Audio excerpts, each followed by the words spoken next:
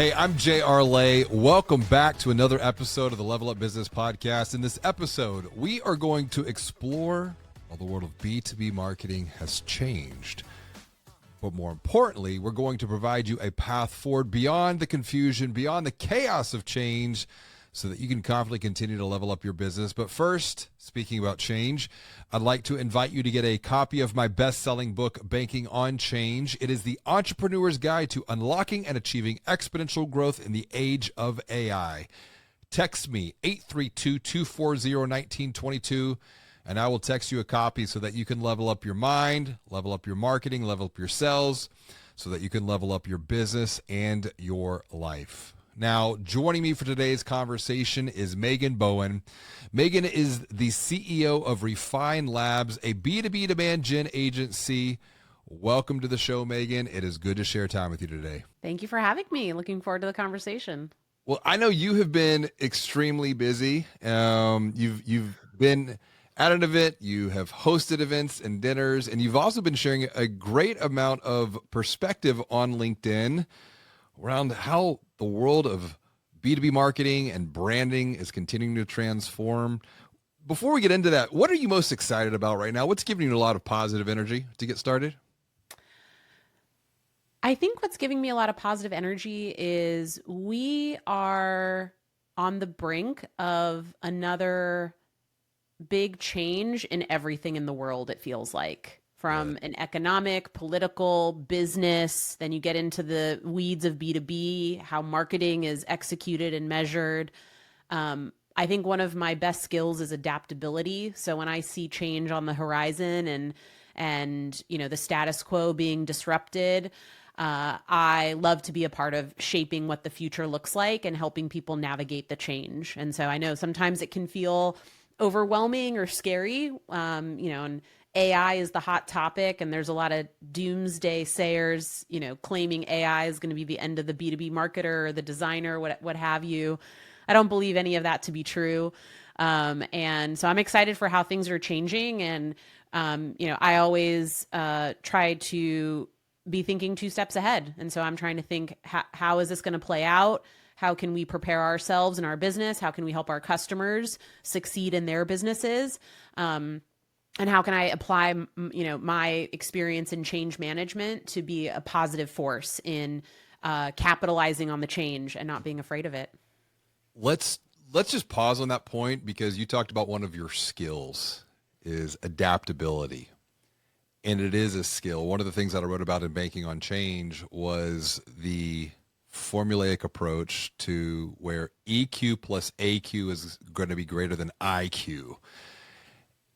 What's your take on adaptability as a skill? Because emotional intelligence and adaptability intelligence, or AQ, it can be benchmarked, it can be trained. I know that was actually one of the topics at last week's event that you were at. Yeah. I mean, there's some famous quote that I'll butcher, but it's not the strongest that survive. It's the one that's most adaptable to change, right? Mm-hmm. And so my life experience is such that I have been fortunate enough to put myself in or find myself in life circumstances that are always throwing me curveballs, and it has allowed me to, through experience, build a muscle of being resilient through change, not being afraid of it, leaning into it, and ultimately usually having positive outcomes, even if there's some challenges or little slip ups along the way. The final outcome always ends up positive. All's well that ends well. And so I think the ability to anticipate change, the ability to understand and identify what it really means, how you need to change what you're doing today to set yourself up for success, and being willing to learn as you go and get feedback and pivot accordingly is crucial. In terms of B2B marketing, most B2B companies today, the most important thing is actually building a change management discipline. The thing that people are stuck in is doing things the way that they've always done them. And if they don't adapt, their companies will die. And so it's actually less about the specific marketing tactic or the specific measurement you need to apply. It's how do you actually get an entire organization to buy into a change and then actually execute that accordingly. And so that's what's happening right now, I think, on all levels of our existence, right? Politically, economically, personally, professionally. So yeah, it's exciting. It it's interesting you use the word feel.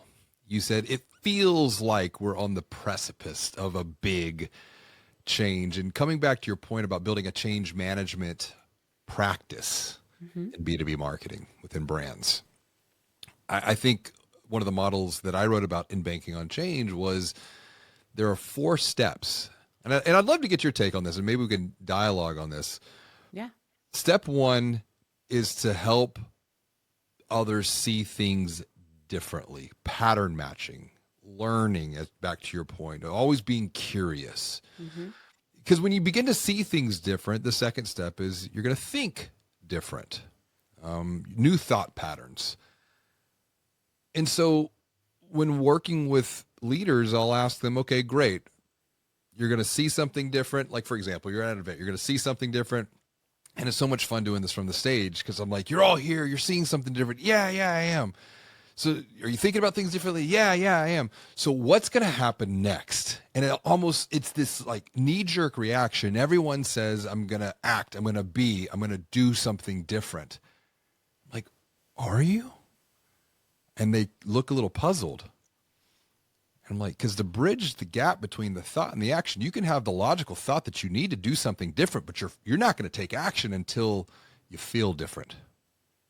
So it was interesting that you used the word feeling on this. I feel like we're on the precipice of this change because the feeling, the desire, the emotion to act, to be different has to be greater than the feeling, the desire, the emotion to maintain the status quo. Let's lean into the feeling piece of this just for a moment. What are you feeling when it comes to this change? I love that you went in this direction. So I always actually have very similar instinctual feelings right before big change in my life and any aspect of it. Usually, it's a series of emotions that are always sort of clustered together. So I think there is a feeling of restlessness, anxiety, excitement, and this strong urge to prepare for what's next. That's like those are the best words I can use to describe the feeling. Sure.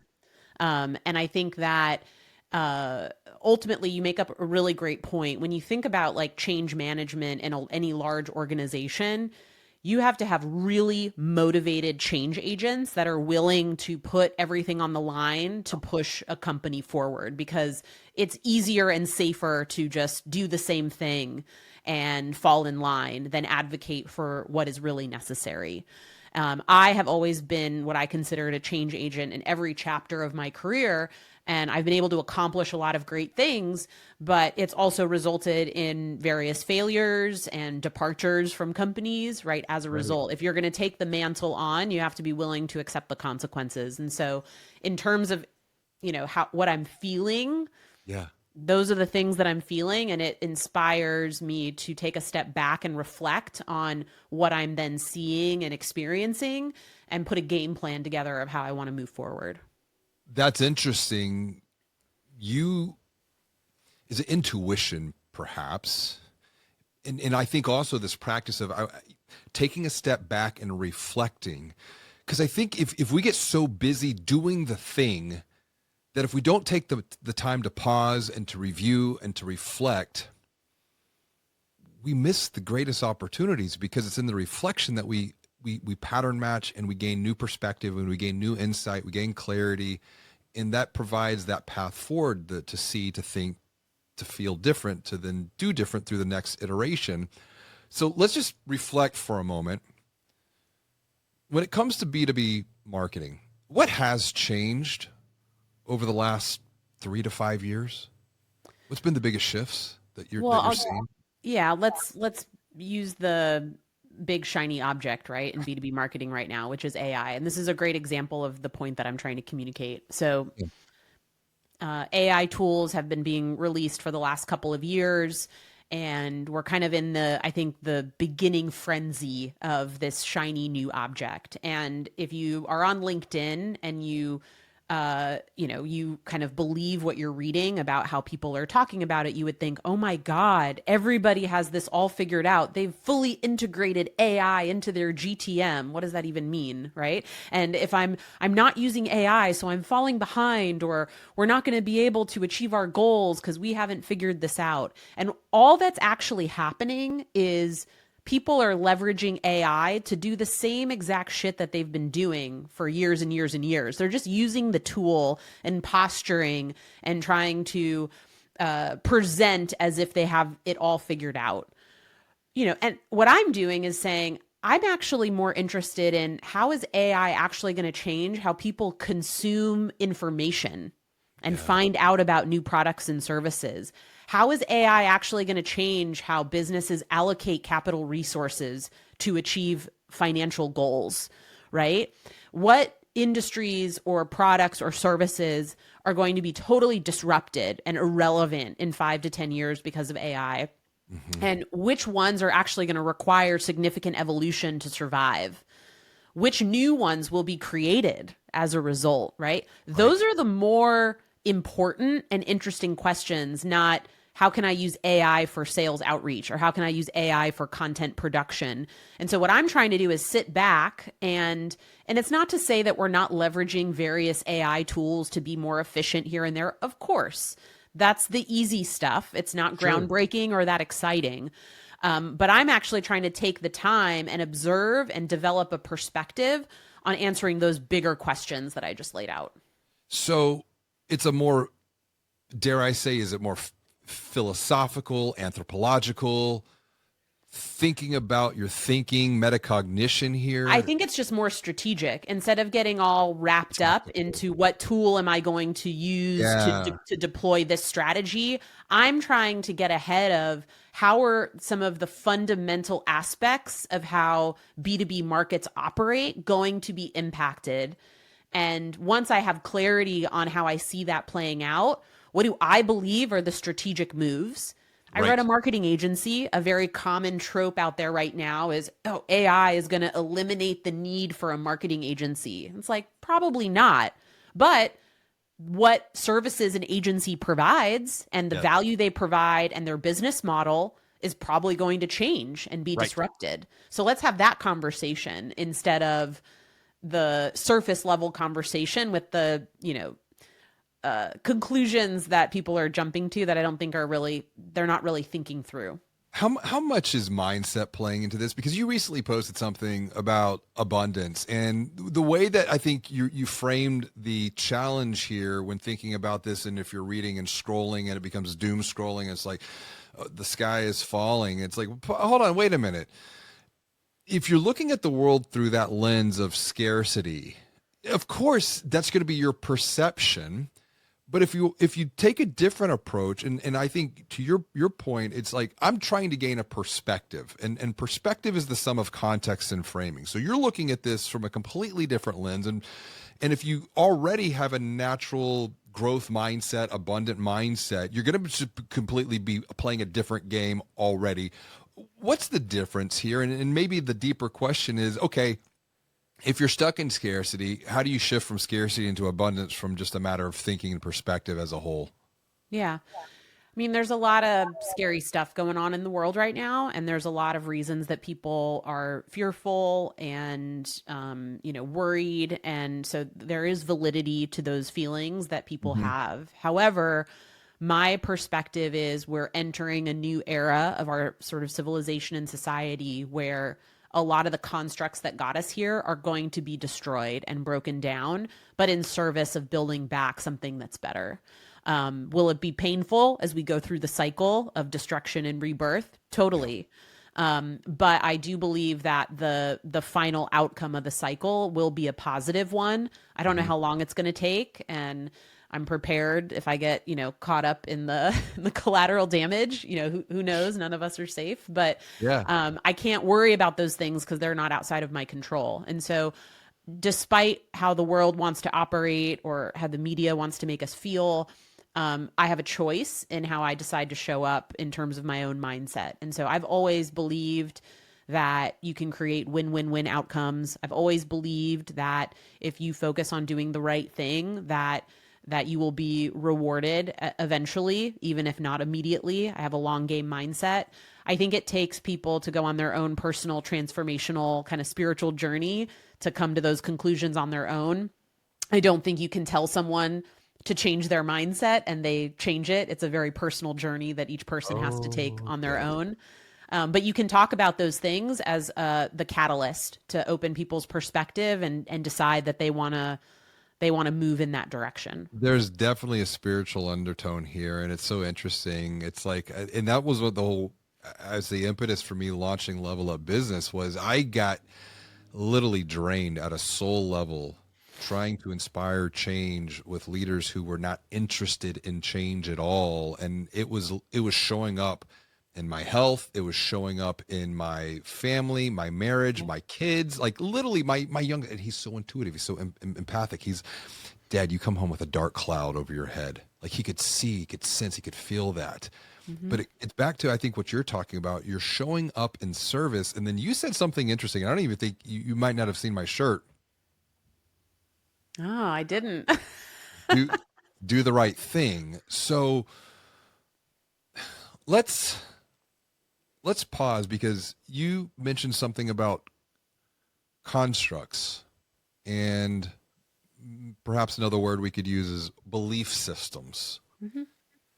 because beliefs are what inform behavior, and in between all of that's the messiness of thoughts and emotions and actions, which become habits that we repeat, and just there's that whole narrative. But when you talk about these constructs, these beliefs getting transformed, death and rebirth, resurrection, what what are you seeing when it comes to B2B marketing, or maybe at a macro level? How is what's happening at a macro level going to impact B2B marketing for that matter? Yeah. And so, 5 years ago, when Chris and I started Refine Labs, we noticed that there was a huge shift happening in terms of how people were consuming information. And social media was effectively how everyone engaged with sort of the digital world, Hmm. and taking the time to evolve and modernize strategies from 2010 to 2015 to sort of the 2020, 2023 timeline was critical for these organizations. What's been really interesting, though, as we continue to operate the agency, is companies that are 10, 15, 20 years old have not been able to get out of the 2010 to 2015 paradigm. They're still stuck there. And these are 50 million to $1 billion revenue companies, many of them public, spending millions of dollars a month on paid advertising, and also still relatively successful. And Sure. so our client base has really morphed into this sort of middle market enterprise B2B SaaS company, and finding those companies with leaders that recognize change is required, and working with them to actually implement our change management process to methodically evolve and modernize their strategies over time. What's really interesting is they're like a full decade back, but what's happening right now is the B2B marketing playbook is literally being rewritten again. Hmm. However, I think we're at the beginning stages. And so you're seeing two different ways that people are attacking it. You're seeing people grabbing on to different, like I was describing this earlier, different AI tools and low hanging fruit to Yeah. try to basically slap on an AI enabled version of what we've been doing for the last 5 years. And Right. I think what's missing and what has yet to be written is what will actually matter in terms of B2B buying behavior changes, how business model changes. Those are the actual like underlying principles that should dictate how your marketing strategy evolves. I think you're also seeing a resurgence to sort of basic business fundamentals and like core marketing principles, because what has happened from a technology perspective is software building and software differentiation is actually not very hard anymore. And that used to be really hard 10 years ago. So things like the right type of problem you're solving, the right type of product or service to solve it, and the right business model are actually the most important moats instead of the actual software you're developing. So you're seeing that shift. It's almost like what's old is new again. So you're seeing the resurgence of those practical, basic marketing and business strategies actually becoming more important because of the technology cycle that we're in. I'll pause there. I mean, I could keep going on and on. No, and that, I mean, you're what's old is new again. I've literally have used those exact words myself, and I think it's because when you start studying this and you pick up on the patterns, it's just pattern matching what is going on, and it becomes very clear. And then when you have that clarity, but others don't share that same perspective, that's when you start to like, am I seeing this? Is anyone else seeing this? And you start comparing notes. You're like, huh. And then I guess the question is, with all of this in mind, because what is old is new again, where do we go from here? Like, what is that next step? What does the path forward look like? Because I think in threes myself, and omni, triumph, perfectum, and one of the big things going around is brand, demand, expand. I know you recently posted something on that here. What is the path forward for a B2B brand? So yeah, great question. And I'll use that framework since we've been talking a lot about that at Refine Labs. And so when we talk about brand, that really goes to how you are perceived in the market by your prospective customers, your target audience. And so having strategies to know where are they spending time, how do you communicate your point of view, after COVID and how the whole world just moved online for years and years, what's been really interesting is how impactful in-person interactions are. They always were, right? But what's old is new again, and it's even more important now after the recent history that we've had. So really having a brand strategy that's anchored in how are you connecting with your prospective market in ways that resonate with them, and how are you building trust? In terms of demand, that's, I would say, what has sort of historically been the Refine Lab specialty. And that's really around execution of programs to capture and convert buyers that are in market to buy, and making sure that you're being strategic and effective at deploying those dollars in those programs. Yeah. When we talk about expand, and this actually kind of, it's interesting, my background is actually more in customer success and account management and sales, not really marketing. And Chris was sort of the marketer of the duo of us. Retention and expansion and renewal of your current customers is a critical growth lever. And with everything that's changing, and especially over the last 5 years, that has been an afterthought for most B2B businesses. And so that needs to be at the forefront, and there needs to be a real strategy for customer retention, expansion, advocacy, and growth. And that's actually, it fuels then your brand perception in market, right? It's this sort of self-fulfilling cycle that you can propel. And so that's sort of the framework that I'm going into. And there's a lot more that needs to be fleshed out and communicated in terms of very specific strategies and tactics, and how you measure if you're successful in executing those. But that's the mindset that I think B2B companies need to have to be successful for the next decade. Your hot take on founder-led, risk versus reward. Yes. What's your hot take on that? The founder CEO brand can be really powerful, but don't put all your eggs in the basket. Diversification. It's like a portfolio, right? Yeah. Again, if you're on LinkedIn land, you hear people will proclaim that that's all that's needed to drive a business, and it's just not true. And I think one of the things that I try to bring to the table in like the LinkedIn echo chamber is trying to bring some like practicality, reality, and not even a hard truth, just like things that people need to realize in terms of business building. It's really easy to get, excited with all of the crazes that are happening. And I try to just keep it real. Come back to the foundation. you cannot build a brand on sand, because otherwise it's going to get washed away when the tide changes. You got to build it on a strong foundation. You got to build it on rock and principles and truth that has withstood the Yeah. test of time. And it's coming, arguably Refine Labs had one of the best founder brands with Chris Walker, and we did, and it was awesome. But we also had to build other motions, right? And that's critical. And now he is focusing on other endeavors, and it's even more important that we had those foundations in place to continue to grow and scale. And so I think, I still obviously think the founder CEO brand is a great tactic, but it just can't be your only one.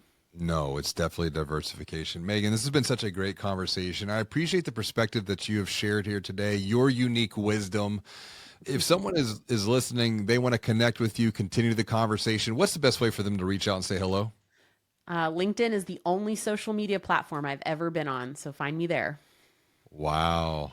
Connect with Megan, learn with Megan. She is on LinkedIn and only on LinkedIn.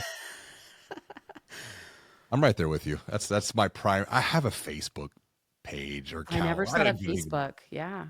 I'm not a big social media person on a personal level, just professionally. Yeah. It's interesting. Banking on Change, chapter 6 is a chapter. And you mentioned something before about control what you can control. It's a very stoic idea. Oh, I love stoicism.